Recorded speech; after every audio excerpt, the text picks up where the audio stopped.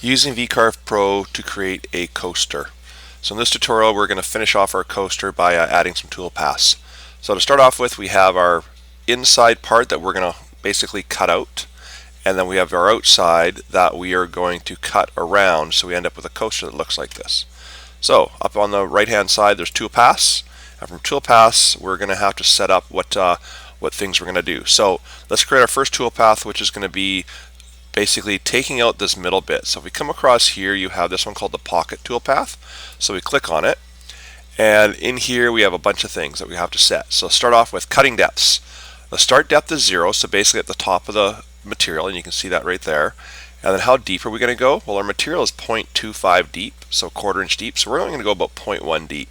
So we've got it already set to 0.1. The tools. If I go into select here, you can see different tools.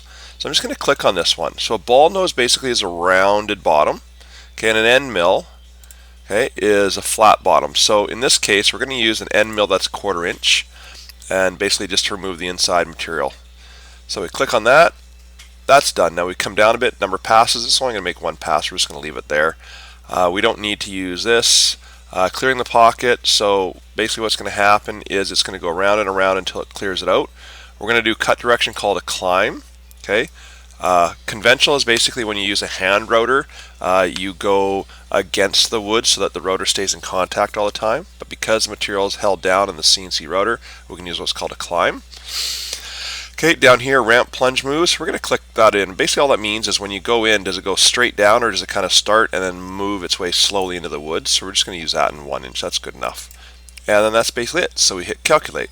Whoops. It gives you an error if you don't select anything, so we actually have to select what we want to actually have that as a cut path. So our inside is selected, we click calculate, it's going to flip over to this mode, and I'm just going to reset the view so you can see this. So basically it gives you the path of what's going to happen. Okay. Now what I can do is up here I'm going to show you the speed. So we're just going to select basically press play here, and you're going to see what happens, and it's going to do its run. So you can see it's digging in, and then it's going to go. Now I can speed this up at any point in time, and we're just going to finish it off. Okay, so there's our first cut path. So next what we're going to do is I'm going to click close, and I'm going to go back to the 2D view here. So now we're back to 2D. So now we're going to do the outside one. So tool paths here, and this time we're going to do basically what's called a profile toolpath. So select it, profile it. Okay, this time around our start depth is still at 0. It's quarter inch material. This is very important that if your material is a ½ inch, this should be ½ inch, because otherwise you're not cutting through.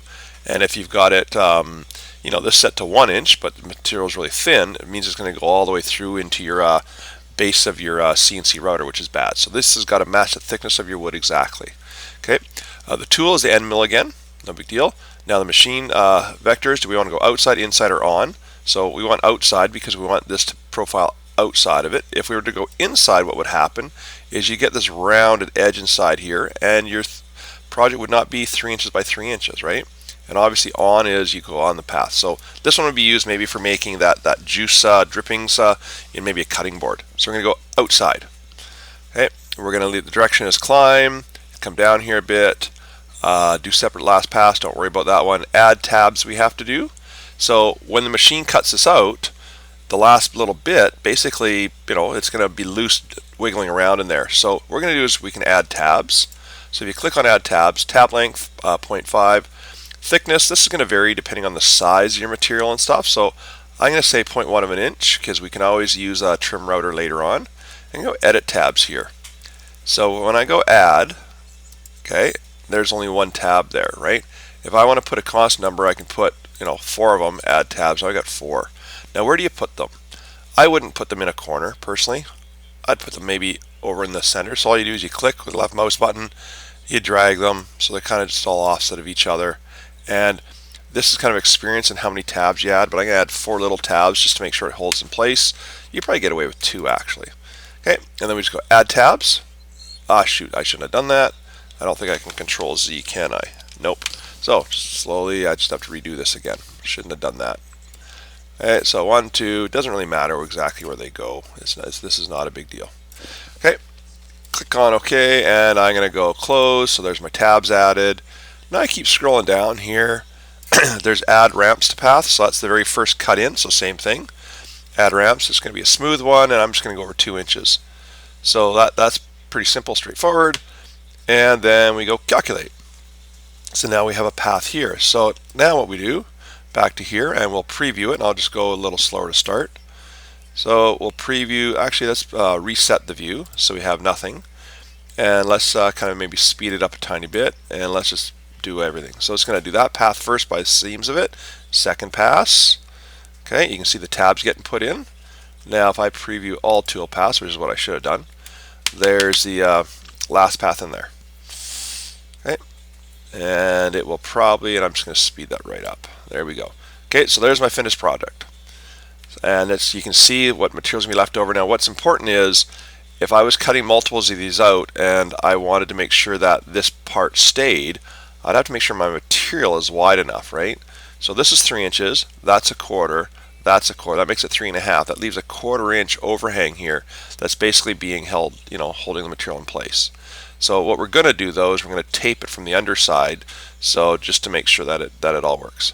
Okay, so basically there's your project, and the last part now we're going to go close is to actually export it out. Now here's the problem.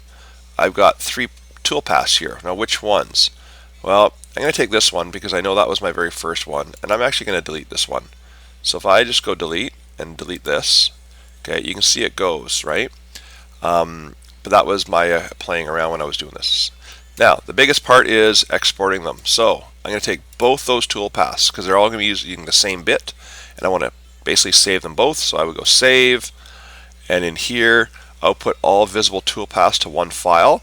That's what we're doing in this case. It will change depending on what you're doing. Tool paths to save, both those. Make sure they're both there, otherwise you don't route the entire thing. And then the post processor, basically you have to drop down here and you have to go find the CNC Professor one. That's the one we're using. And then save tool paths. And then what we do basically is just go name it. So I'm going to just call this Steve Coaster. That way I know whose it is, and we go from there. And I'm just saving it to my documents. You'd save it to a USB jump drive. So if I was to put one in my computer, and then I would just go down here and basically find, oops, sorry about that, and basically just put it in, and you'll see as soon as I get it in my machine here, which I can't do because I got too many things in here. There we go. So it's in. What'll happen right here under my computer is it should show up. You're going to hear a little clicking sound. There it is. Removable drive. You can see nothing's there. Call it Steve Coaster, save, and I'm done.